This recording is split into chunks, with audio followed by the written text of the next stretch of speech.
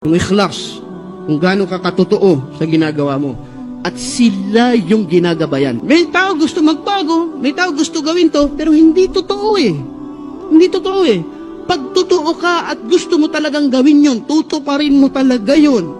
At si Allah talaga ang kapangako mo dun. Kaya Allah ka nagbigay ng salita mo. Imposibleng hindi mo magagawa. Pero pag hindi ka totoo, may panloloko, tingnan mo yung ayah. Walladina amanu, walam yalbisu imanahum bidulmin.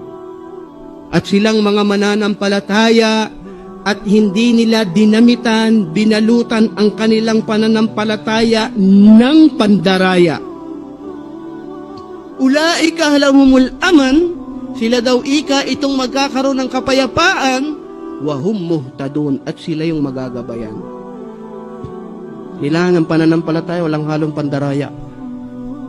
Sarap i-post nun ha. Kailangan ng pananampalataya, walang halong pandaraya.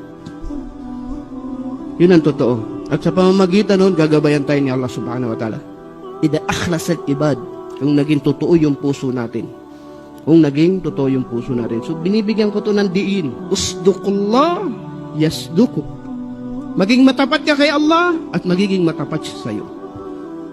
Maging matapat ka sa iyong Panginoon, at bibigay niya kung anong kahilingan mo.